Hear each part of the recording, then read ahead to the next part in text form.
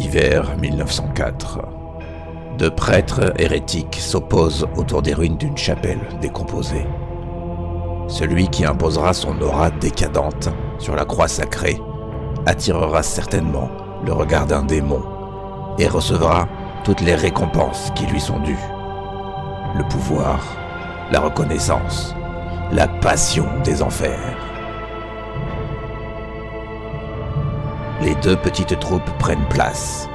Choristes décapités, tireurs d'élite, mitrailleurs, guerriers puissants, bardés de la marque infernale, légionnaires et minables miséreux, se positionnent selon des ordres insensés. Dès les premiers instants, le tireur du prêtre de l'avarice met un terme à la futile existence d'un miséreux. Puis, le mitrailleur gris fait hurler sa machine de mort et touche à plusieurs reprises le guerrier à l'onction infernale. Celui-ci tombe et se relève et avance.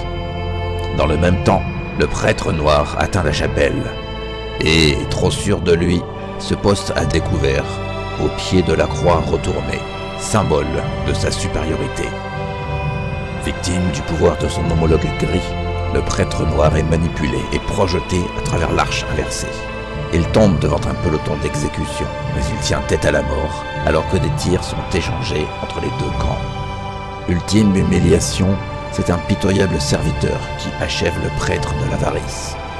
Cependant, le choriste décapité entre dans cette danse macabre et sa présence terrifiante perturbe le champ de bataille.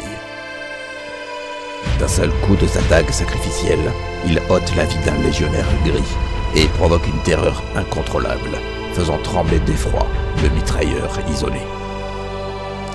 En bas des escaliers de la chapelle, le chaos règne. Le prêtre gris exprime sa fureur et fait cracher son fusil, que le légionnaire au bouclier a bien du mal à contenir. Les tireurs de chaque camp hésitent, car leurs camarades sont à présent très proches de leurs cibles éventuelles. Cependant, le temps presse, le bombardement de la zone est imminent. Malgré la domination physique du camp de l'avarice, c'est bien l'autre camp qui contrôle le symbole convoité.